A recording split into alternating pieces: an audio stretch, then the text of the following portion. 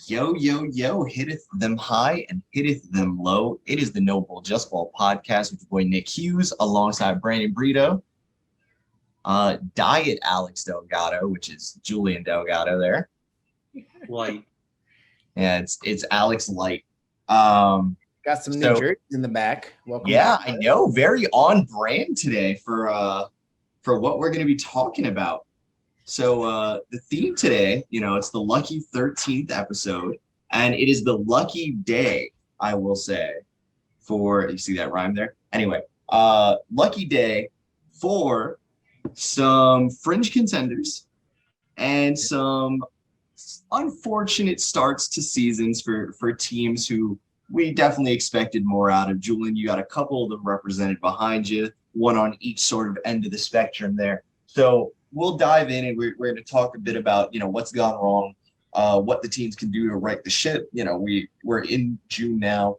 We're looking at, trades starting to unfold, teams looking to make sort of free agent additions, whatever, you get in where you fit into sort of, help the team and stuff like that. And we're going to get started out with one of the teams behind you, Julian. And it's sort of been the underperforming contender to the max in the Chicago White Sox. And for reference here, I'm just going to throw out some stats and figures, and we'll go from there and dive into what we think the serious issues here are. Okay. Really bad productivity from their aging stars. Right off the bat, Yasmani Grandal behind the plate, Jose Abreu over at first base. Grandal has one of the worst OPSs of any starting catcher to have played at least 40 games this season in all of Major League Baseball. Jose Abreu, 2020 MVP. Seems like the ageless wonder finally slowed down. You got a lot of injuries. Luis Robert missed time. Eloy Jimenez missed time. Yohan Moncada missed time. Which are things, on day to day. I think Grandal's day to day right now too. And Grandal is back to being day to day.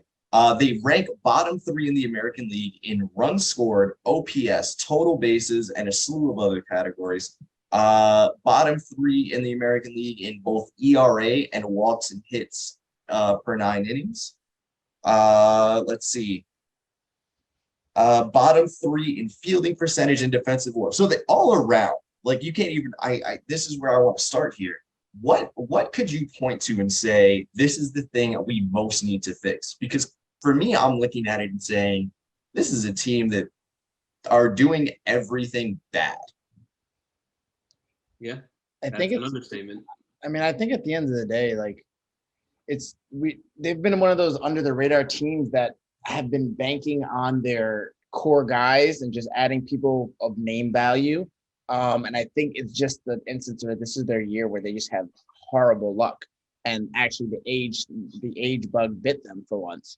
But I also think that it's a morale thing. And I think if at the end of the day, I really feel come trade deadline, if they still keep acting like this, like you trade like an AJ Pollock, you trade like a Johnny Cueto, you trade like a Jose Abreu or Yasmani Grandal even, and then they'll get this sudden jolt of fountain of youth energy. And I really feel like they'll get back to normalcy. Because I mean, let's be honest here. And then individual player status, like their name value speaks for itself for a reason, right? Like up until this season, all these players would kill to have them on your MLB The Show team or real life, because they produce. It's just a very weird turn of events, and I think it mainly has to do with age. It definitely has to do with age. I don't think it's necessarily the age of the players is what is the big problem. It just like you watch this team and you just feel a disconnect from Tony La Russa and everybody else. Like I seriously think this could be the big core issue of this team is they just everything needs to go and they need to get a reset with their coaching staff because just nothing's clicking right. Everyone's hurt. Everyone there's always some issue. Even I was searching through White Sox Twitter today, and even though Lance Lynn is coming back, no one's happy. Everyone is still doom and gloom. It's crazy. The thing is, ownership loves La Russa, and I don't understand why. Like, what are they obsessed with about it? I mean, I think he has the long-term Chicago White Sox ties. He was the manager there in years past. I think the last time they were relevant. So it was. I think there's that element of it. I agree with you that has to change. I think contrary to the point you made, Brandon, for me, I look at it and I say, you have too many young rebuilding teams in this division where the White Sox, not for nothing, I look at them and say, they can't hit a reset. They can't trade for youth now. They have to trade what remaining, young farm system guys they had. They were the rebuilding team for the longest. They can't take that step backward again. I look at it and I say, the Twins are only 6 games up on you. You feel like you've played an abysmal season. You still sit middle of the pack in your division. I think it's hard to say any team from the Central will be a wild card player just because of how good the AL East has been. But I look at it and I sort of start to think to myself, all right, this is a team who has to go all in because they have to win the division to make the playoffs. If they do not make the playoffs, then they're probably blowing it up. And that's not something I think anyone in baseball wants to see from a White Sox team that just sort of had all these young guys rise up to the bigs. And this was supposed to be the big start. So I look at it and I go, they have to be players right now for the top guys out there. Couple of names I had circled to help the rotation.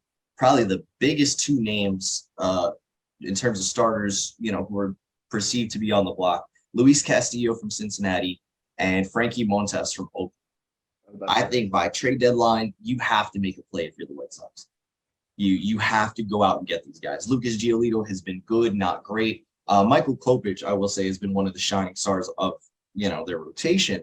Yeah. But you need a rotation piece. Additionally, Jose Abreu becoming a full-time DH, I think can serve to help him. And luckily, you have another big power bat at first base who could potentially help you on both ends in Josh Bell, currently with the Washington Nationals, likely on the block. And somebody to help in outfield, I thought Mitch Haniger from Seattle might be a nice, piece that's definitely going to be trade worthy with all the young guys Seattle has. So those are just some names I jotted down as ways this team can go out and improve right now and, sort of make that push to the playoffs this year. I think Josh Bell will probably be the smoothest transition because I don't know, he just fits that lineup pretty well. Especially it allows Abreu to just to get off his feet finally and just focus on hitting. Hopefully he can spark something. But it's just everyone's struggling besides Tim Anderson on this team. And Tim Anderson's on the IL right now. So at the end of the day, how are they having the productivity if they're that's not even there? He's the guy for them and not doing it well. And I think at the end of the day, I mean, if they brought up a good point that they need to. There's less of a chance of them blowing it up. But at that point, to your point, Julian, like at the end of the day, they should probably get rid of La Russa then.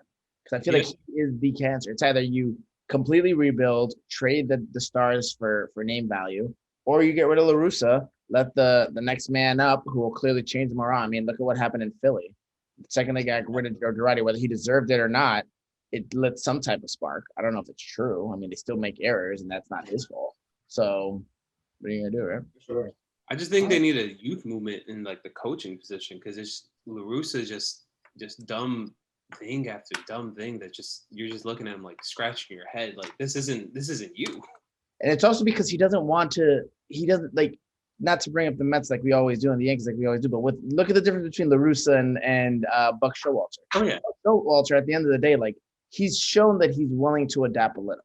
I mean, granted, it's only been about half a season, but at the end of the day, compared to La Russa, I don't think I've once ever heard the word adapt come out of his mouth at all. If anything, he's the one that's starting the internal problems all the Oh, 100%. You can date that even back to last season. Exactly. Mercedes killed that kid in his tracks. The 3-0 swing, he was 3-0 swung pitch, hit the home run. It was a meatball into the middle of the fucking plate. At the end of the day, how can you be so mad at him? That's the pitcher's fault, not his. Yet where is he now? I've that name's long gone, right? Oh yeah, for sure. He's squandering in the minor leagues right now. All right. After that, we're gonna move on to actually we'll say Julian, we'll save your voice for last. But instead we'll move to another team we just discussed in the Philadelphia Phillies. Team that just fired Joe Girardi. And here's the thing that surprised me. I will tell you. So there were a couple things for me when I look at the Phillies, what's going wrong and everything.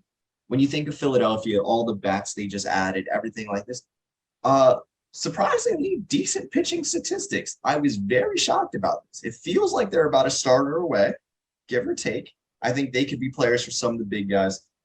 Still need bullpen help. Bullpen ERA has been something of a struggle for them. They spent some money there, but clearly more work can be done. Offense has been able to produce runs, but almost exclusively via the long ball, it feels. Very low team on base percentage. And they need a lot more positional flexibility and athleticism. The things I jotted down. Didi Gregorius is off to suddenly a hot start, considering he missed a ton of time.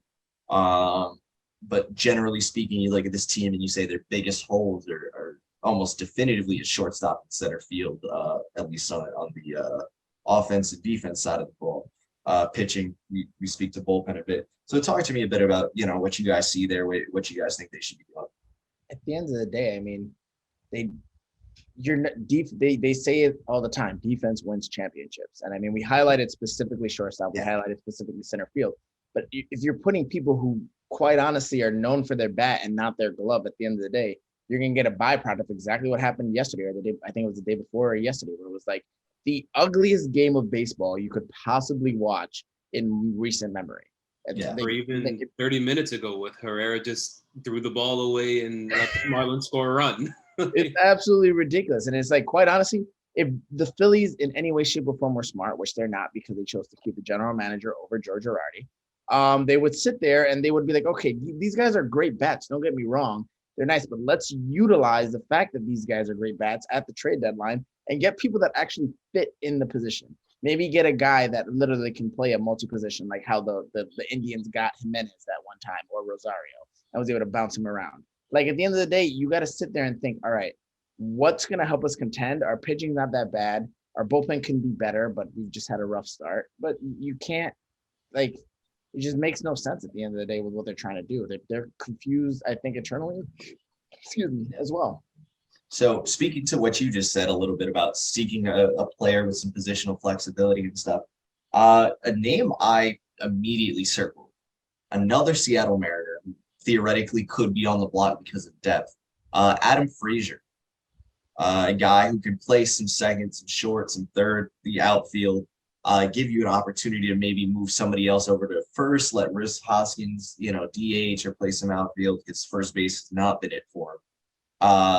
I thought, he adds some speed, some contact. Again, a high on-base percentage guy at the top of the lineup, I think is what the Phillies kind of need just from a run-scoring standpoint, where you don't have to rely on Schwarber, Castellanos, and Harper to hit a 400-foot blast every time up. So those were just a couple guys. Alec Boehm has been an absolute stud, out of nowhere this season.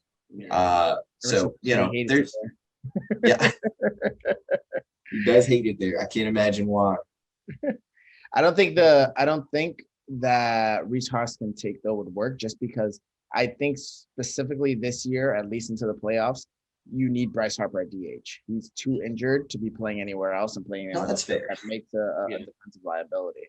But I mean, unless you're willing to platoon him with Rhys, which at the end of the day just takes away from Harper's electric. No, for sure. I just think they need maybe one or two more contact backs. Just do a retool, kind of like how the Yankees did this offseason. Yeah. Because if you were just described all that list that you gave at the beginning, Nick, that's the exact same way you would describe last year's Yankee team. Yeah. And then just one little move, a tweak here and there, and everything is rolling. That's what some of these guys just need. Something just get more athletic. Stop causing errors. It's frustrating. For sure. Yeah, the hard thing for me when I was looking at this was who is, I will say when I was putting down names for each sort of team here to, sort of add at the deadline or, late acquisition kind of thing, I didn't want to double up in any case. Every team could use Frankie Montas. Objective. It's a very good start. A lot of teams could use a guy like Josh Bell. I didn't want to double down on a lot of these things. A couple of the other names I had here to sort of help the rotation potentially. Martin Perez or from Texas, Mike Minor, Cincinnati. As a bullpen guy, Andrew Chafin, who's with the Tigers. A few options. Philly doesn't have a great deal of minor league depth was the other thing that I was trying to take into account here. Yeah, they trade one of the. But if you one of their trade, young if you pieces trade already the in the bats, league. you're good. You know. Yeah, but I was trying to look at it as, if they can move a couple of like fringe minor league players, try to get something that, you gotta fix it somewhere. And again, this is another situation of the Phillies can't rebuild. No, they have to. For the They have to just retool. Same Of thing course. with the Red Sox. For the next 10 years that Harper is under contract with you, you have to just figure it out. You're never not a contender. You're not allowed to not be a contender. The man signed there for like more than a decade. You gotta try. And you have to also try because he's young enough where he may even have a nice contract after that. So you never know. You got to keep him happy. Potentially. I think for me, the bigger fear is, there's a team in Vegas suddenly and Bryce Harper decides he wants to go play in Las Vegas one day. So I have a question for you, Nick, though, because we brought him up earlier in the year, and you weren't too hot of him. And arguably none of us were. I think the MLB was more hot than any realistic fan. How are you feeling about Ranger Suarez now? Oof. It's been a weird one. I didn't like the idea, and I still really don't. I think he's done decent as a starter. I thought it was a worst case scenario that he had to be a Philly starter. I think, in my head, it was wherever he ends up, whether bullpen or starting rotation, that was the thing that needed the more help in their eyes. And for it to be the starting rotation, I don't love that for them. I like Ranger Suarez a lot. The thing is, he's a two-pitch pitcher. He's a guy who has to get you out with one of two options. And when he has to face a lineup a second and third time, that becomes a little more difficult to do. He's a guy he's a unicorn in the sense that he has the stamina where, theoretically, he could go out 3 nights a week and get you 2 innings. He could pitch your 7th and 8th 3 nights a week and lock it down for your closer. And that's, I don't know that there's another guy that exists in that sort of realm in baseball right now that can just do that consistent. And I feel like Ranger Suarez is, that kind of guy where he can do something very different for the Phillies. That being said, though, as a starter, you're seeing, it's good strikeout. His strikeout per 9, I think, is pretty good, but that's all predicated on early at bats. Once he gets to that, 3rd, 4th, 5th, he's getting lit up and taken out of ball game. So it's a tough thing to I think justify if you're the Phillies, keep him in that spot, not going out and getting an arm who can sort of push him to the bullpen. The strikeout per 9 is 7.4, which is pretty good, actually. I think that's above league average. So then we'll move on to Julian's favorite team, a team behind me, actually. Los Angeles Angels, Angels Stadium. Look at those rocks over here. Wait, this way. There's the rocks. Rocks are pretty nice. Look at those rocks. You move your hand a little bit more to the right, you'll see like where me and my fiance a little bit more, like right by the foul pole is right where we usually stand. Nice. Look at that. Right there. Nice. Okay, cool stuff. Cool stuff. Nice too. Beautiful stadium. Yeah, very nice. 60 years old. It's a beautiful stadium. Yeah. You know who doesn't get to enjoy that stadium anymore? Joe Madden. Let's start there. Another team on this list who fired their manager. Weird. I kind of feel bad. Such a weird behind fire. that. He literally showed up that morning with like a mohawk to kind of change the tie, and the team didn't even get to see it. That's the greatest part about it. It's just so weird because our general manager went on a press conference that morning. He goes, "I don't look at games in 6 block intervals," but then 6 games later fires Joe Matt. I'm just like, what are you talking about, man? Like, but I get it. He didn't hire Joe Madden. He saw the opportunity to take him out, and it's a weird firing because they're I think 2-2. Yeah, without him, it's weird. They only played the series against us. Yeah. Well, we played 2 games against Boston and then the series against the Mets. Oh, okay. Gotcha. But okay. I honestly, I don't think a manager change would do anything for the Angels. They just need a pitch. Yeah. That's it. It's the same thing. It always comes down to the Angels. They have to pitch. It's also weird that the team goes silent the second Trout and Shohei just like get cold, which is like unfair to them because it's like I understand you guys are the leaders. But it also didn't help that Ward and Rendon were out at the same time as Ohtani and Trout being cold. Yeah, that's true. So it was just awful circumstance that happening. Anytime we would have a decent starting pitching outing, our bullpen just shit the bed. Yeah. I will tell you that was like the number one thing circled on my list here was in desperate need of bullpen help. Desperate is an understatement. Yeah. Also, even Iglesias is struggling the last few games since that Ranger series, or no, the Oakland series where he gave up 2 walk-offs. He hasn't been the same. Pitchers are something special, man. It's a psychological thing. That's why I don't like it. Especially the bullpen pitchers is 100%. Oh, of course. So here's the thing. Some numbers for you guys from the Los Angeles Angels. Still one of the premier offensive teams in baseball, as they tend to be. Top 5 in the American League hits, home runs, RBIs, OPS.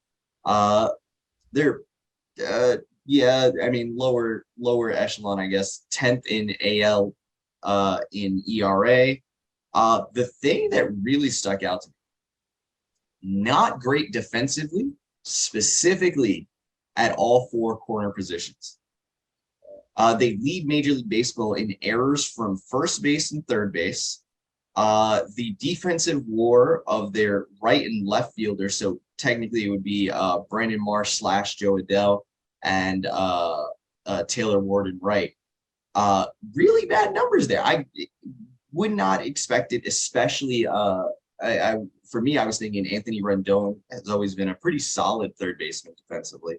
But another part of that. A lot of them came when he was on the IL, though. Gotcha. With Tyler Wade was filling in at third for a while. Yeah. Here's the other thing, though.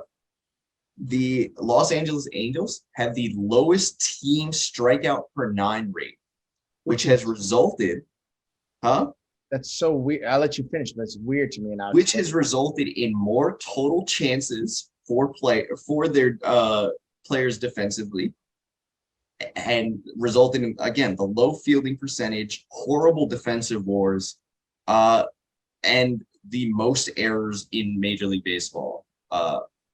It's so weird. So then you have what I wanted to make a point of is then you have like Patrick Sandoval, who's literally pitching the lights out of the season, has not let up a home run at all this season in all of his starts. And then you for sure, but it's a weird. It's just a weird season for sure. But I look at it then and I say, okay, is the answer fixing the team defensively? Is that your focus? Or is it getting pitching who's going to lead to strikeouts so that you don't have to have balls in play this often? Like, what is your take there? Do you fix the guys behind, or do you fix, sort of the guy with the ball in his hand already? I think it's I don't know, man. I think it was just a very weird funk that they were in at the end of the day. I don't think there's really too much you could fix because everyone's kind of set in stone. You don't have the flexibility of DH too much with Shohei. Mike Trout is a little injured, so when he comes back, I think that'll fix it situations. I mean, everyone else is just so true to their position. You can't bounce stuff around. It's not like they're playing horribly. I mean, the beginning of the season, we were talking about the Angels being the next best thing. You can't. Yeah, I was just gonna say it's a weird turnaround from the last time Julian was on the podcast. It was a very, very different mood in this household from the last time I was in this podcast. It's just that 2 weeks, it was just a weird losing streak where we didn't get beat around like that. Like, I think I saw a stat that out of that 14 games, we lost like 9 of them by 1 run or something like that. And it's just like, it's just right there. Or either that or we had at least 5 games where we had the lead and then our bullpen blew it with bad home runs. Yeah. So, Julian, I'm going to bounce a couple of ideas. And for you as an Angels fan in particular, I'm interested to hear your thoughts here. So I tried to go a couple of relievers with high strikeout rates. Okay. Relatively affordable in terms of the prospect capital it would take to bring them to Los Angeles. And then I went 2 guys who are actually on the same team who would provide you some corner outfield at the very least help. So my pitching upgrades, I went Daniel Bard out of Colorado, who has the 4th best K per 9 rate among National League relievers, which is crazy considering, Colorado. Then there's David Robertson, longtime Yankee, bounced around to a few teams now, but is finding his groove with the Chicago Cubs. Again, another very high K per 9 guy. These guys don't have to usurp Raisel Iglesias. They just have to, be stopgaps. Another dark horse that you could put in there as well, David Bednar. That's another name that is rotting away on a pretty bad team at the end of the day. I like David Bednar. The only thing for me with him going to an Angels team that maybe doesn't have the prospects to give up is he still has like 3 years of team control. Yeah, that's true. So I have him going somewhere else specifically when we get there. I can absolutely see the Angels doing that move though. So then talk about prospects. They never did. Then in terms of defensive help, that could also help, just pad the offense. An early stud, Andrew Benintendi, on an expiring deal with Kansas City Royals, plays solid defense in both left and right. Or his teammate and sudden slumper, but only because he's never had anything to play for, Whit Merrifield, can come in and steal bases, play like 5 positions for you. I'd be fun for Benintendi. I just don't know how realistic it would be because the Angels, for some reason, they're really high up on Brandon Marsh. They are. They're absolutely not getting rid of Taylor Ward or moving one of them to the bench. They're really high up on Brandon Marsh. I don't see them trading for another left fielder, especially when they think that this kid could be really good. And Brandon Marsh is a very solid defensive player. He can play center. He can play literally anywhere. He's batting okay. The thing I like about him is he doesn't strike out that much. Like for a young kid, he sees the zone very well. Yeah, that's rare nowadays. You really want to keep people who aren't going to be exactly, because then the numbers will come. Yeah.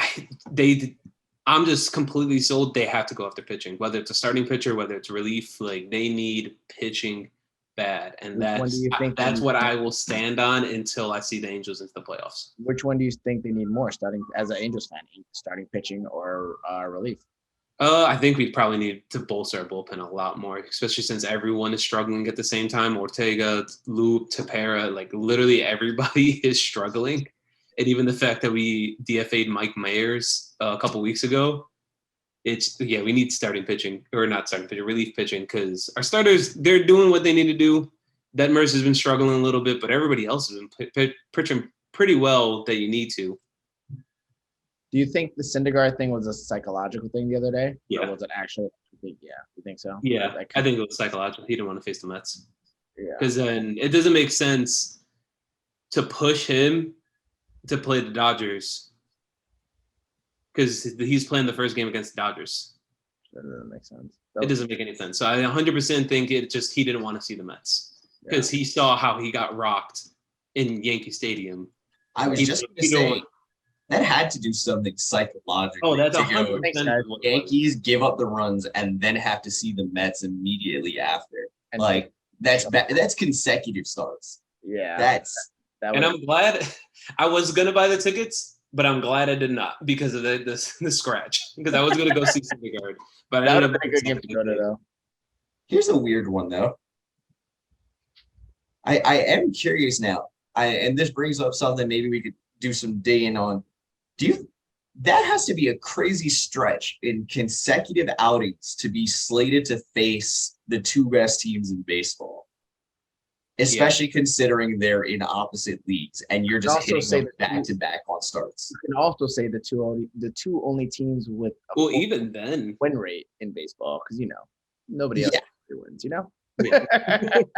But even then, we coming off that 14 game streak, we were playing the Red Sox, the Mets, and then the Dodgers. So just like a lot of the fandom didn't see a win coming anytime soon. Yeah, I get that. And we played the Mets pretty well. I actually was not angry at any of the losses, like they were just losses where the Mets were just a better team? Mike Trout, you wouldn't think that when you watch Mike Trout's at bats because he literally picked the Mets apart. On Saturday, that was great. I'm so glad I went to insane. I didn't realize he only faced the Mets like 6 or 7 times up until this series. Yeah, and he's just so successful. It's like kind of scary, you know? Yeah, for sure. All right. So we've gone through these 3 teams, and I'm going to pose another a question. thing of note that I read this morning that will be interesting to watch is the new manager, Nevin. He gave Ohtani the day off on Sunday for Sunday Night Baseball. Even though the Angels are off today, he said he's going to be looking for more off days for Ohtani. So that makes sense. Could affect the lineup at certain points of the season, but who knows? That's smart though, because you extend him and you're thinking playoff picture, not. Yeah. This is dog days of baseball right now, so I would. For sure. So what I was going to say is, we've gone through the 3 teams. We talked about, needs, where they at, what they've done well, what some teams haven't. Of those 3 teams, the White Sox, Phillies, and Angels, which of those teams is most likely to turn it around and make the playoffs? Angels, hands down. There is that's not even a question. Yeah. At the end of the day, the Angels, they're just in a recent slump, but a majority of the season so far, they've literally been neck and neck. Like it's you could say wild card position to lose because I don't know if they're going to win the division. But we're like 8 games back of the division. I don't know if we'll be able to catch up to that, but we could at least get into the wild card. We're only 3 back of the wild card. And it's a cohesiveness at the end of the day. And when you look at it on paper and you look at these different teams, like they just have a lot more going for them at the same exact time. And quite honestly, I really think Mike Trout is too hungry to not make the playoffs. And for once, like knock on wood, he's looking pretty healthy to do so. By the way, can we just say, I don't think this isn't talked about enough. And this is just I'll give my answer in a second. No one has been more screwed over by a team switching leagues than Mike Trout was by the Astros going from the National League to the American League when they did. And I feel like this is never discussed. But no one got more screwed by something like this ever. You're talking about one of the greatest players ever is just permanently handicapped to fighting for, second place at best in a division because the Astros built like a crazy team and then moved. That's really wild to think about. He makes $500,000. I highly doubt he complains too much. I'm sorry, $500 million, not $500,000. Very interesting. And for the record, my answer is going to actually be the Chicago White Sox. Despite how bad they have been to only be 6 games out of your division, I think, in division, the Angels have a tougher hill to climb with the Astros. For me, I look at it and I go, the White Sox, I don't know that I believe in the Twins. We'll talk about the Cleveland Guardians who are above them in a few minutes. I don't know how much I believe in that. So for me, I look at it and go, the Chicago White Sox are a team who have played far below potential. If it's a Red Sox situation where eventually the numbers even out and guys play just to, maybe slightly below what their season averages are, they should still be a contender and they're in a position to be hungry to go make, moves to be a playoff team. So that was my logic there is, it's about, because again, we touched on it before. I think the American League East at this point is just too much of a monster that I don't know that a wild card team can come from anything but the American League East. I think at the end of the day, though, mark my words, I hear your points, but I really think come trade deadline, the White Sox are going to be sellers, and they're going to start to. I think they're going to be sellers. They're going to bolster their bullpen, their farm system like crazy with fringe MLB top prospect guys, and get rid of all the name value they have. And there will not be a Tony La Russa next year. I'm calling it now. I believe that second part of it. I just think they've invested too much at this point to fully hit the blow it up button. I don't know. But we'll move on now to the other side of the spectrum. So teams that are playoff hopefuls, teams that are young, hungry, sort of sitting on the fringe of contention, just out of reach. Some teams that are surprises, some teams, you started to see coming. And we'll start there with a team that is in the Angels division, right behind Julian there, the Seattle Mariners. So for me, I look at the Seattle Mariners as a team. I think this is a weird one because I had them higher on my list than the Angels, but was outvoted unanimously on this podcast. I had the Mariners as my man, there's something cooking their team. They've not been that, and they've grossly underperformed after what was a surprising overperformance last year. I think I bet on what they were last year as opposed to anything else. I look at it though, and I say their biggest hole undoubtedly is catcher. You've gotten 17 strong games of Tom Murphy. And aside from that, you've got a huge hole behind the plate. Aside from that, really, really, really low slugging numbers, really struggling in the run scored department. And they need a couple of bullpen options or a starter who can eat innings. So guys who can go the distance to relieve what they have, relieve the very few relievers that they have. So those were my sort of, highlights there. A couple of names. Roberto Perez, longtime Cleveland Indian, now Guardians, but he was traded before that change happened. He's with Pittsburgh now. Last year, expiring contract, great defensive catcher, some decent numbers offensively. For the bullpen piece, I had Michael Fulmer from the Detroit Tigers, a guy who can go some innings, and then Zach Greinke as the starter who could slot in there, lead a young rotation, help Robbie Ray take some load off of his back, be able to eat some innings for them, and really turn that staff around. What are you guys' thoughts there? Quick question: if they're gonna go the catcher route, do you think they should call up the Blue Jays? Because the Blue Jays just called up Moreno. They're literally got a 3-man catcher rotation, and they're not getting rid of Kirk, but I feel like there's a logjam there they got to clear up. With Danny Jansen, I think it's a possibility. The only thing with the Blue Jays is all of those catchers are under team control for 3 or 4 more seasons.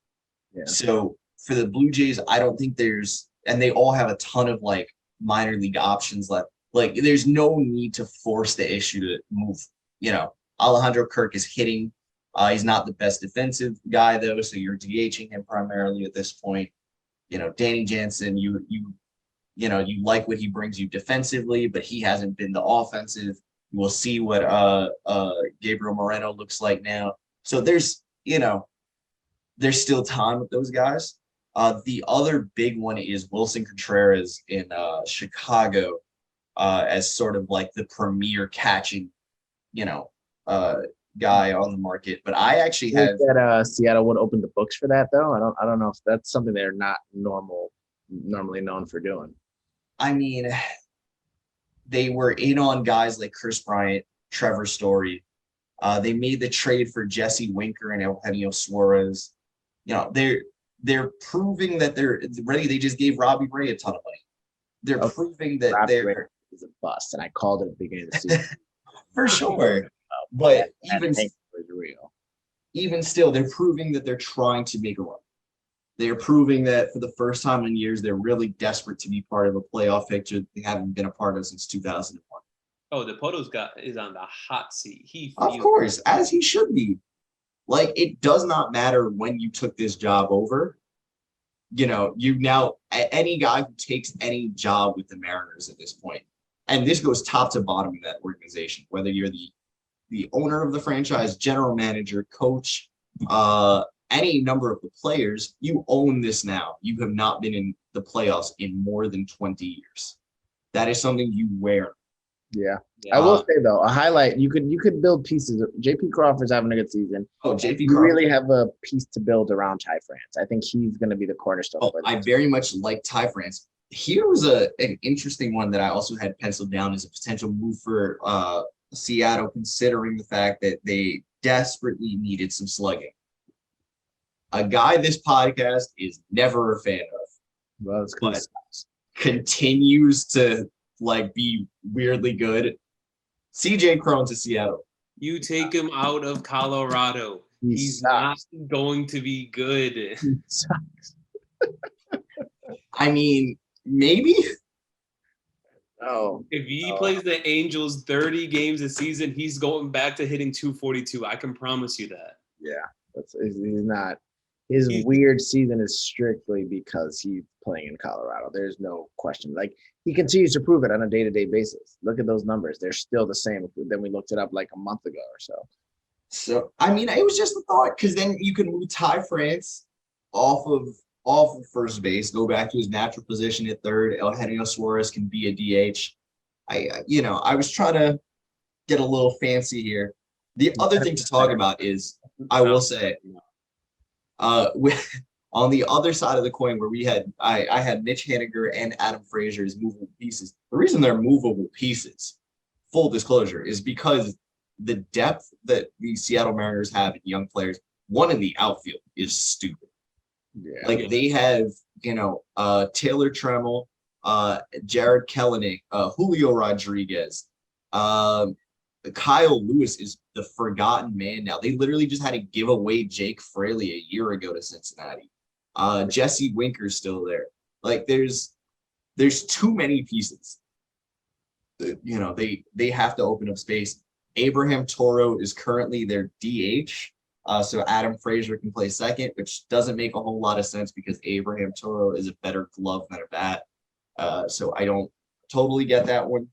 But you got to do what you got to do. Get playing time, I guess. So just some things to consider. They have established names they could move to. Really, that's an interesting conundrum there. For you talk about a team like the Blue Jays who has a legitimate catcher. Maybe it's not them per se, but another team who might have a couple too many bullpen arms or a lengthy starter who might still be a contender. Might want to do a swap for a Mitch Haniger kind of deal. So just something there. Any other thoughts on the Mariners before we keep it pushing? Jared Kelenic is another name that mentally he just needs to figure it out. They bring him up, he doesn't know what he's doing. They bring him down, he knows what he's doing. I mean, his talent and skill is there. I just think at the end of the day, it's a mental game for him. They messed up bringing him up too early, and with all that outfield depth, I still don't understand why they're doing that to him. But at the end of the day, he's not. It's weird. It's like the Ben Simmons of the MLB. That's heavy. That's a heavy accusation right there. He'll go down to AAA and kill it, and they bring him back up, and it's just like a deer in the headlights when he's out in the field. So, literally, it's like it makes no sense. But I'd be curious to see the splits because he got obviously broke camp with Seattle, then got sent down. Now he's back up again. I'd be curious to see the splits with Julio Rodriguez up and Jared Kelenic up. Like, does Julio Rodriguez as the new stud, top guy or top prospect for them, took over the center field job by force? It's his now. Does that relieve the pressure enough for Jared Kelenic to sort of figure it out? Where it's, hey, he doesn't have to be the stud. He could be, playing. Yeah, he really doesn't even have to be option B on this team. He can be option. That's the weird thing, though. He never had to be the stud. Like this team, that goes back to the depth in the outfield and just the already established, like quote unquote established names on this team. When he comes up, I mean, him and Ty France came up this season, and Ty France blew up. So it's not like anyone's looking at Jared Kelenic. And then now, like you previously mentioned, with Winker coming over and with Eugenio Suarez come over, those are crazy bats that are clearly doing their thing. And then you have Julio at center. So like Jared Kelenic just has to exist and grow into his body and grow into his MLB prowess that everyone expected him to have, that he shows whenever he goes down to the AAA. I absolutely agree with you, because not even just Ty France, like this team still had Kyle Seager and it still had JP Crawford last season in his rookie season, so he never had to be that guy. Yeah, I get what you're saying. For me, it was more of the reprieve I was trying to give him is as the piece of the future, like it was, the hype around Jared Kelenic arriving in Major League Baseball last year was very real. Yeah. That was a very big deal last year. Yeah. All of a sudden now you have a situation where the big deal is Julio Rodriguez, and Julio Rodriguez is performing. We talked about it last week on the show, where we sat here and said, he's in consideration. You have to think to be, maybe outside of JP Crawford, he is the Mariners all-star representative this year kind of deal. He has been that good. So the question then becomes, does that success for Julio Rodriguez mean Jared Kelenic can fly under the radar, figure it out in Seattle before, the fan base and ownership, sort of lose their cool with him? Time will tell, right? Oh, for sure. He's 22. They just get him up in the big league. Stop moving him around. It shouldn't be this difficult. Send him to Colorado. Yeah. There you go. He's the piece in the CJ Cron trade. All right. All right. So moving on from talking about a couple young guys to literally the youngest team in Major League Baseball in the Miami Marlins. A team who, another very divisive one on this podcast in the early goings of the season. Alex was a very big, Miami and Washington could both be players in the NL East. Hasn't quite unfolded as such. Miami's been decent. Washington obviously hasn't. We're just focusing on Miami, though. They are a team that we believe to be built around absolute studs for a pitching rotation. And as recently as last week, in our all, sort of May teams and everything, we're choosing our early season all-stars. Sandy Alcantara, Pablo Lopez have been two of the best pitchers in the National League. Behind them, however, we have, let me get the stats here. We have somehow one of the lowest team ERAs in the National League, despite having two Cy Young candidates. The bullpen has been decent, except for the fact they don't have a legitimate closer. They desperately need, I think they need a veteran starter is like top of my list for them. They additionally, what else did I have here? Lowest batting average with runners in scoring position in the National League. Very low on base percentage numbers in the National League. And I think another thing that might be unpopular, it might be time to move on from Miguel Rojas at shortstop for the Miami Marlins. I think that relationship wore very thin with the Jeter resigning. And it feels evident he don't want to be there. They had just re-signed him for 2 years. I think that has to be part of like an outgoing sort of piece now. So what are you guys' thoughts there? I heard a rumor recently also that I don't know how true this is, but they had a team meeting for a few hours, and it was specifically because of Jazz Chisholm. Yeah, I saw a lot of those reports as well. Yeah, I don't know, like that kind of raises an eyebrow because he's doing so well. Like, how much of a locker room cancer can the guy be if he's killing the game? And then from what I've read, it wasn't really him being a cancer. It was more Don Mattingly hearing a lot of other players talking shit about him behind his back. Oh, okay. And so Don Mattingly wanted to squash it, air everything out. And since then, Chisholm's been playing fucking great since that meeting. He's amazing. He's literally talking about offense. They're only offensive prowess. I think they brought in guys that traditionally would be leaders, but this is just not their year. In Soler, I mean, it's not Aguilar was already there, but it doesn't seem to be his year either. I think their starting pitching is just young. I think that they're good. Trevor Rogers is good. They have, aside from the two that you mentioned that are potential Cy Young candidates, like, not that they're bad, they're just inexperienced. I think that's for sure. Rotation that, and I think that's dominant. For me, that's the piece of it is a lot of these guys are inexperienced. You're literally the two guys we've talked about as being Cy Young are literally the two most experienced guys on this roster. Yeah. And Pablo Lopez, who is now, or outside of the free agent, Aguilar was not a free agent, but came to the team a year or two ago. Then you have Avisayo Garcia, Jorge Soler, Miguel Rojas just, eclipsed his, free agency, his first eligibility for free agency. Otherwise, though, you have two guys in Sandy Alcantara and Pablo Lopez who are absolute studs, but are also Alcantara just got paid. Pablo Lopez is about to get paid kind of guys. You have behind them, though, what is it? Trevor Rogers, Jesus Luzardo. They just called up Cabrera. Yeah, Edwin Cabrera. You have Eliezer Hernandez isn't there anymore. He's at the Mets, right? Yeah. No, he's on there. He's still on their 40-day. Oh, he's on the 40-man. I'm trying to think. There's somebody else that I'm missing there. Tanner Scott. Oh, Tanner Scott's bull. No. There's somebody else I'm missing. Sixto Sanchez.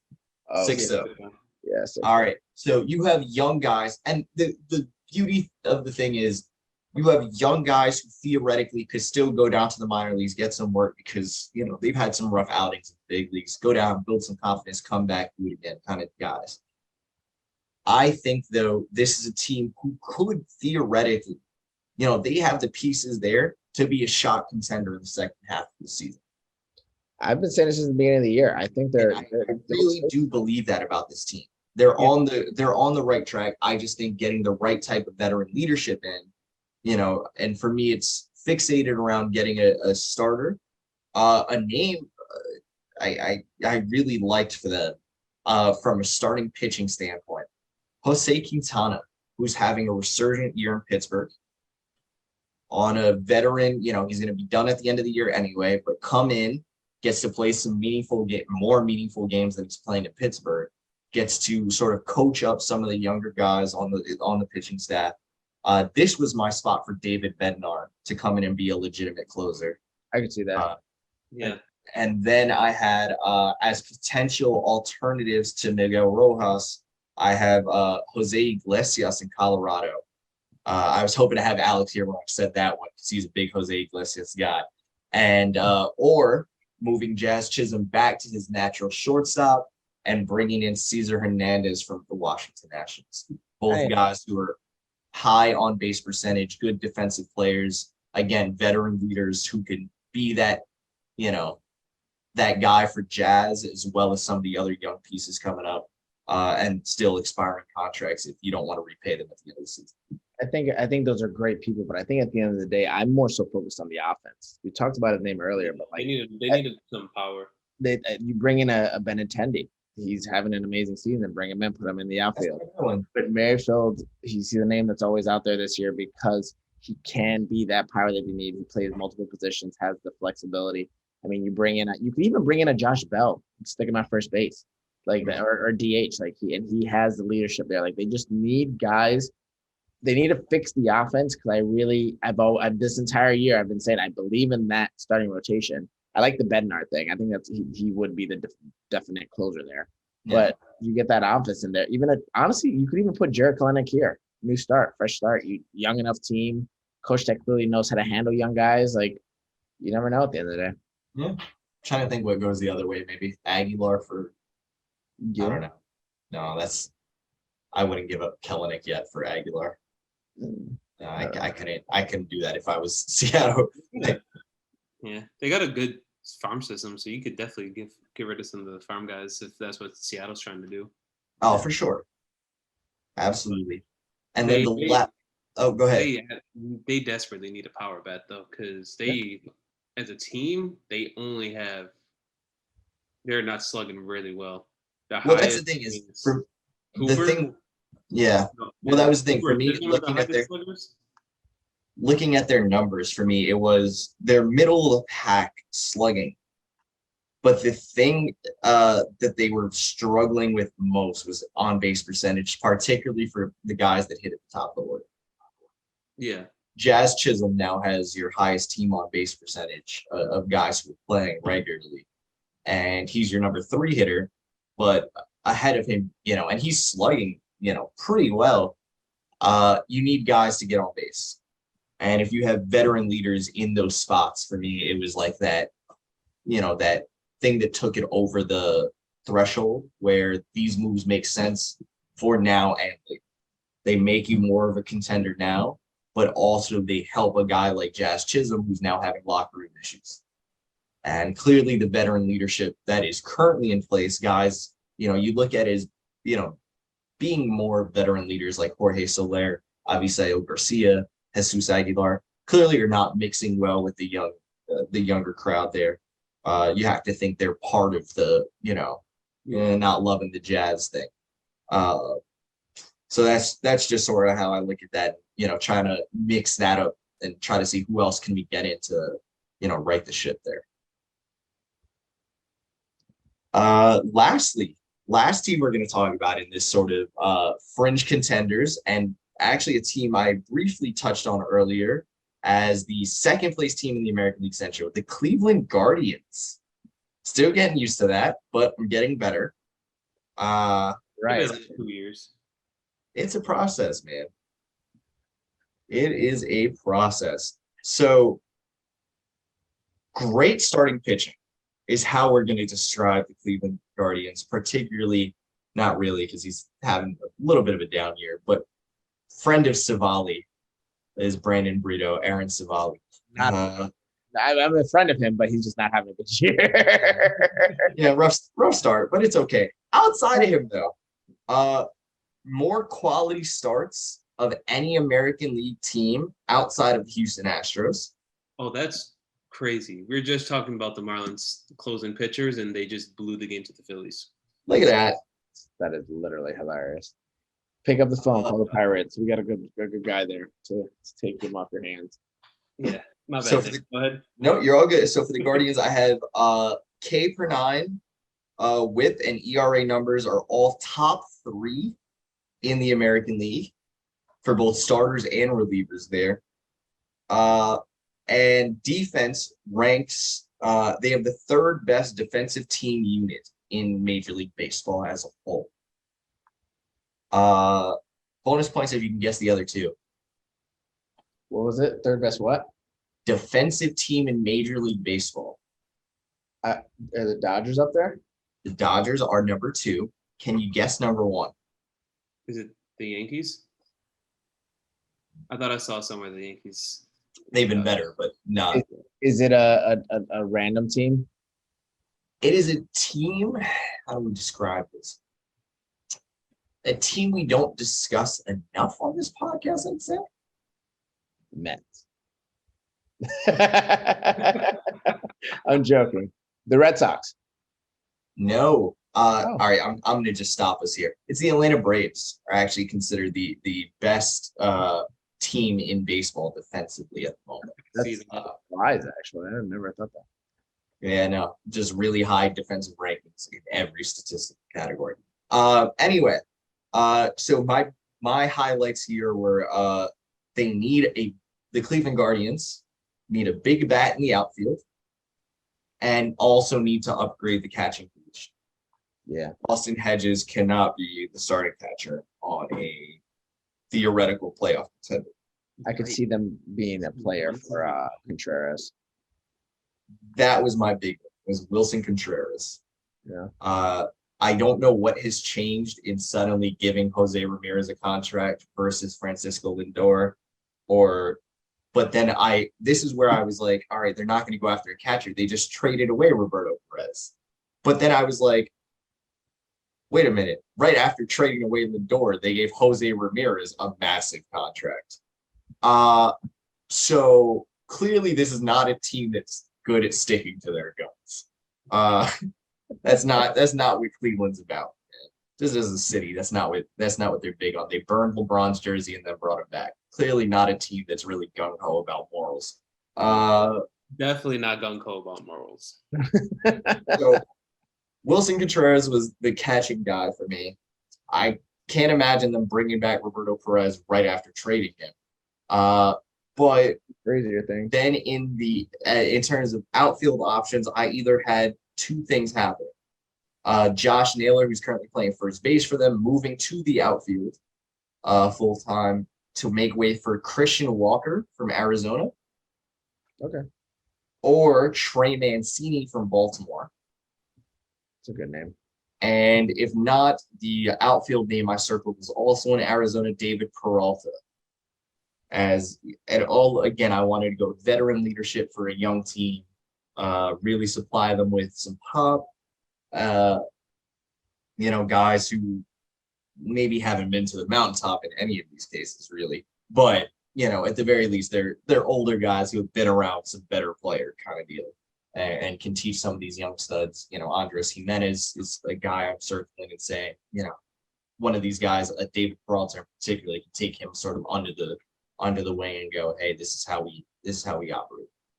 Jimenez is the real deal, dude. He's I also, this is me personally, I think Zach Plesac is a cancer also. They need to get rid of him. I'm not a fan, to be honest. One more time? I think Zach Plesac is a cancer for some reason. Just something about him just doesn't stick well with me. I think there was something behind them trading away. Who was the pitcher they traded away and kept him? Starting pitcher. I'm drawing a blank in his name, but I don't think either of them are good. So I would trade away them for someone of worth. He had a hell of a play was it yesterday or was it today? Oh, they're like jumping. Yeah, that was pretty cool. That's the only thing I note that he's done this season in my eyes, because he's not having that good of a year. But everybody else, like Shane Bieber's having a hell of a fucking season again. Yeah, are we all believers again? Believers. Always has been. Yeah, man. I just keep thinking to myself, man. I really didn't know what to make of Shane Bieber's 2020. He was a star you could tell he was a young pitching star on the rise. 2020 goes out, wins a pitching triple crown. Obviously, it's the shortened season. You don't really know how much weight that holds.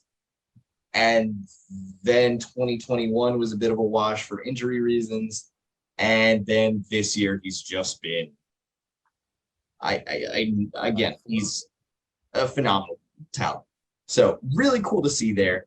With Cleveland, I love the whole thing here was I didn't want them to get rid of any real part of their major league roster. They have 6, I think it's something stupid, 3 of their top 6 prospects in the farm system are all shortstops, all with an MLB ETA of this year. 2 of them are already on the 40-man roster in Brian Rocchio, who's only 20, and Tyler Freeman, who's 22. I believe. Oh, I'm sorry. All 3 now are, because they also just 40-man Gabriel Arias. So they have 3 young shortstops, all sitting behind Ahmed Rosario and Andres Jimenez. I don't know. What are they doing? Maybe that's why they traded away Lindor, because it just didn't.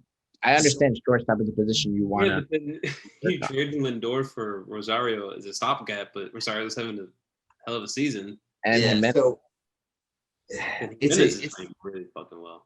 I like to think, though, you can package, you don't even need to package with those names. You can go prospect almost straight up for an established veteran proper at that point. Oh yeah, absolutely. You got to think, because you're not bringing any of those guys to rank up to third base or even center field. But here's the thing: is I start to think, and this wasn't even something that dawned on me before, with that crop of young guys that are. You hate to use the word disposable, but there's just such already, they have so many of these guys. Do you start to look at the Cleveland Guardians and say, could they be a sleeper contender to rip Ryan Reynolds out of Pittsburgh? Because they can give the Pirates so much. Yeah. If they feel like they can, and then again, it's not a 1-year rental at that point. You get Ryan Reynolds for essentially 3, maybe 4 years. Yeah. Or Cedric Mullins. I was about to say Cedric Mullins. Then, if that's the argument, an Austin Hayes in Baltimore. You can go get a legitimate young stud on a team controllable contract. I think that'd probably be the smarter thing for them to do, because let's be real, they're not, even if they get to the playoffs, they're not going to be able to do much. No. I think they're playing a little ahead of their timeline.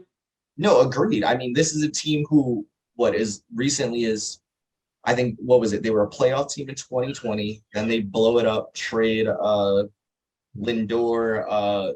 Who else was on the? They got rid of. They had traded Kluber right before that. And there was another pitcher. Traded Bauer. They traded. So they were in the process of blowing it up for a while. They finally pulled the trigger. The Lindor thing felt like the guillotine there.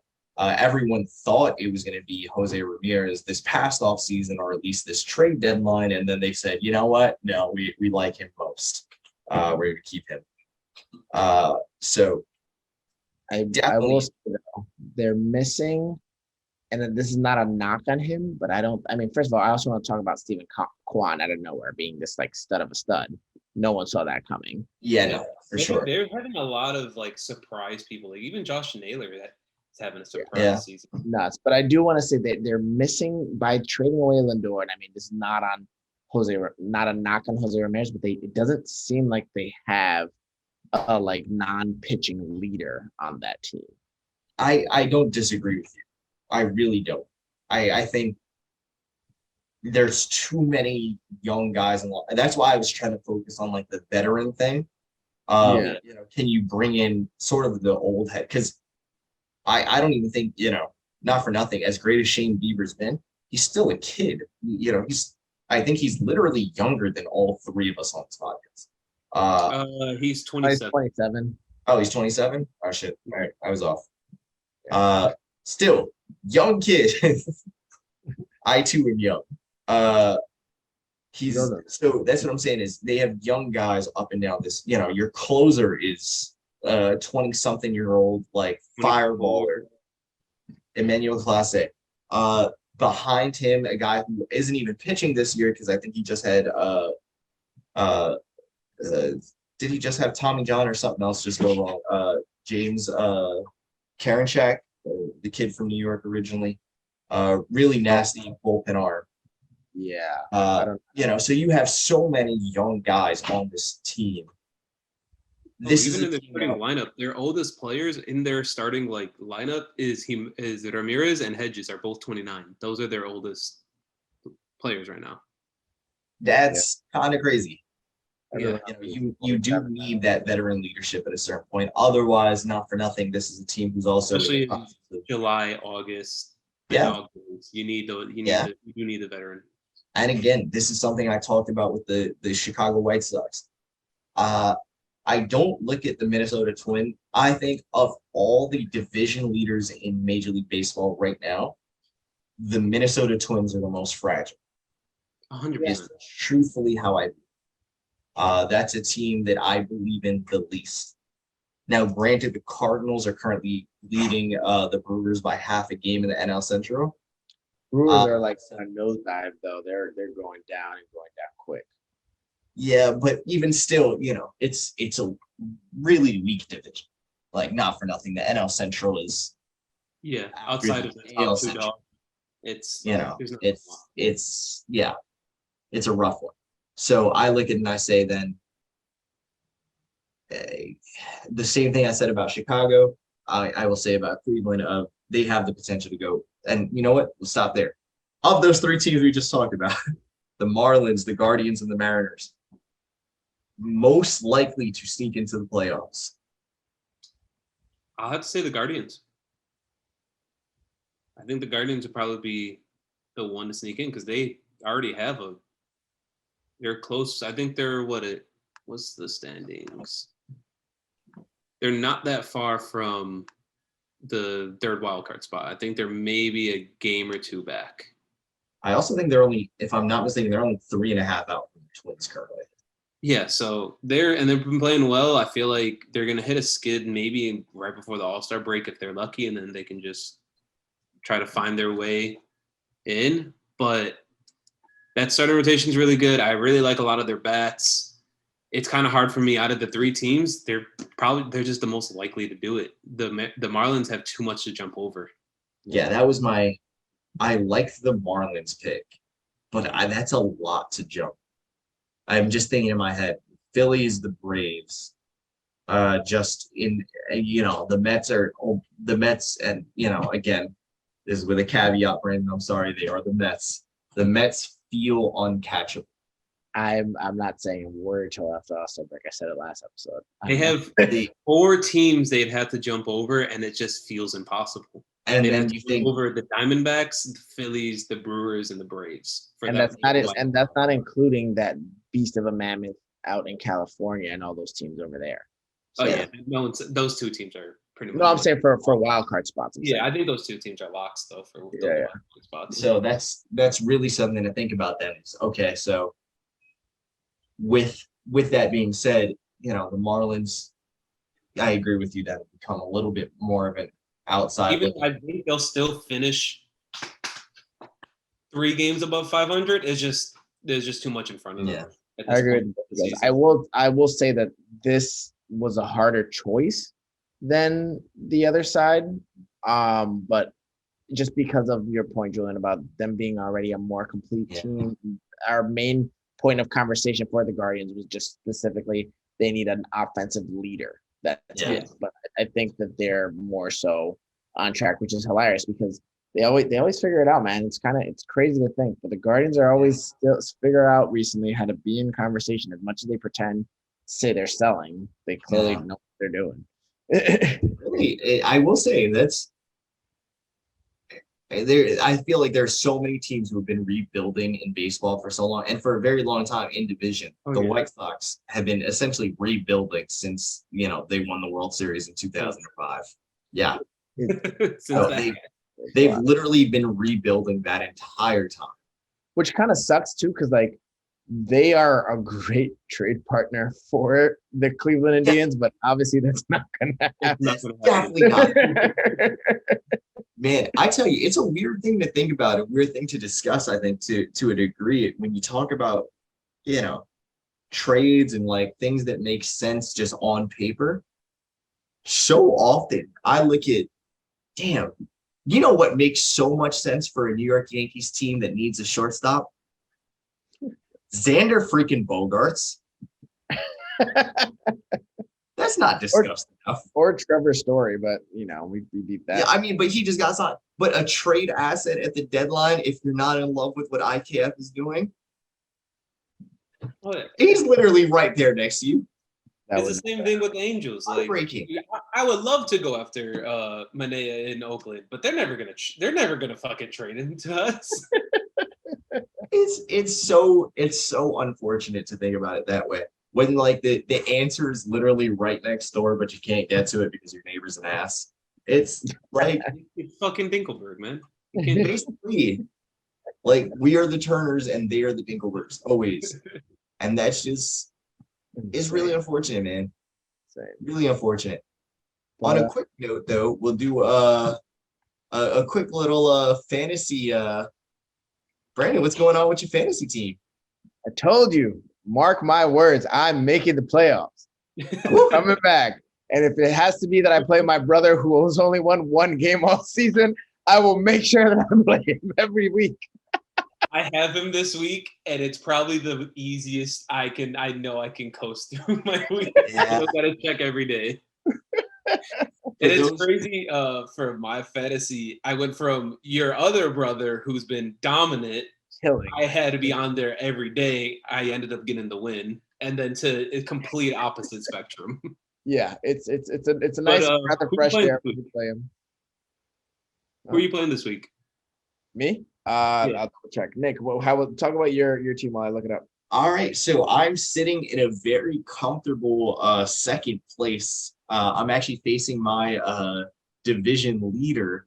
Our cousin Steven, who has had the best record in the league essentially since the opening week when he beat me by 200 points. But I've rebounded nicely. I think I won something like 6 straight before dropping one. And I'm at 6-2 right now, sitting behind a 7-1 team. And I'm coming for blood, man. I feel good. That's why he's not here. You didn't tell me that Alex wasn't here because he's spending the entire week calculating on how to beat me. That's what that makes sense. That does make sense. That's very, very Alex. He knows I mean business. Beating my brother. Yeah. Yeah, I'm sitting out in the West. I am in second place at 4-5. There have been certain days, I'm not going to lie, where I have not paid attention and it's cost me wins, certainly with Nick when I was facing him. But yeah, I'm confident, especially after this. I'll get back to 500 after this week. Very nice, very nice. I need to beat Alex. It's actually funny because I'm in fourth and Alex is in third, and a game separates us. And if I beat him, I get the tiebreaker. So we're changing that. Look at that. All right, and then we'll, you know how we wrap things up on the show. We're gonna call ball. Any of you guys feeling particularly passionate one way or the other right now? Want to lead us off? You can mention what you talked about before, Julian, with the call ball and the amazing athleticism of some people. Wait, what? I'm sorry. The pitching athleticism that we were talking about. Please say. Yeah. I mean, I call bull that it's just a flash in the pan play. You're not going to do anything else this season. It was a hell of a play, but I think that's going to be the highlight of his season. Yeah. And he knew it going into the dugout as well. Well, I was going to call bull on how horribly atrocious the Phillies are and how disgusting that game all around was, because then you have the other side of the ball sitting there making just as many errors, if not more. But I don't know what to do now. So Nick, we'll leave it up to you for ball. All right, for ball. All right, this is tough, but I'm actually gonna speak a bit to man, and I thought I was gonna go a full podcast without bringing up the Yankees, especially without Alex here. But can't do it. I'm actually gonna talk about not the stars on the Yankees though. I'm gonna talk about the low-key acquisitions of the New York Yankees. The last minute pickups, the guys who should not be doing what they are doing. We've mentioned a ton about Nestor Cortez, who MLB.com now ranks as the far and away voting favorite for the American League Cy Young. Yeah, it's something stupid. Their most recent poll among baseball writers who actually do vote on Major League Baseball Cy Young has Nestor Cortez as the runaway. Which is kind of crazy to think about from a guy who got picked off of waivers from Seattle after being traded to Seattle from New York originally, and then just grew a mustache and is just like ridiculous now. Aside from him, just ask another guy, Matt Carpenter. I was just gonna say, mustachioed heroes. Matt Carpenter has gotten 8 hits with the New York Yankees in 10 games, 6 of which are home runs. Collected 7 RBIs the other day in a blowout win against the Cubs. Then you have a guy who got picked up 2 days before the start of the season to be a backup catcher in Kyle Higashioka, now getting backed up by Jose Trevino, who has become like this cult, fan favorite, like hero in New York. He has been an absolute stud offensively. Defensively, has thrown out the second most runners of any catcher in Major League Baseball. Fun fact for you guys there. The stolen base percentage against him for opposing teams is abysmal. He is absolutely killing the ball offensively. Comes up with now a pair of walk-offs for the New York Yankees this season. And it's just a testament to, not for nothing, a team that's built on stars. And Aaron Judge, we've talked about him to great lengths and what he's been able to do. Stanton's doing well. Rizzo had a great start. We got the stars in New York, and we get it. Cole's doing as well. All that good stuff. But we don't talk enough about the little acquisitions around the superstars that make a team a team. You know, you can pay these guys all you want. You got to fill out the roster. And when you fill out the roster the right way, great things can come. The Yankees are the best team in baseball right now. On paper, they are not. And I will be the first to say that. It's something I talked about before. But it's the off the paper thing, or it's the on the field things, the intangibles that cannot be discussed. It's the sheer want and desire of these guys to go out and win and prove everybody wrong, including myself, who was questioning whether or not they were a playoff team in this division. Now they're, sitting firmly out in first place. So it's just really cool, and a big props to, can't believe I'm saying this, to Brian Cashman for putting together a first place roster in New York for the first time since 2019. So that's pretty cool. Let's see it. If they make the playoffs and they go deep, is he off the hot seat for you? Oof. Yeah, he has to be. I even said it, I will say, like in the offseason, Brandon knows I talked about it, not for nothing. You know, as much as we want to get on him, the question becomes, whenever you're talking about firing a guy, and this is something, you know, we could another day we'll go into detail with the firings of Girardi and Madden. I look at it and I say, if you're firing someone, you have to know that you can replace them with better. Yeah. For the Yankees with Cashman, I don't know that there are available options to replace him at general manager who would be better than him. Yeah. And that's just ultimately what it comes down to. No matter what, he's a top 5 general manager in front office exec in baseball. And I don't know that you could come up with a list of, you know, even 1 or 2 available guys who would do the job better. So that's just sort of how I look at it.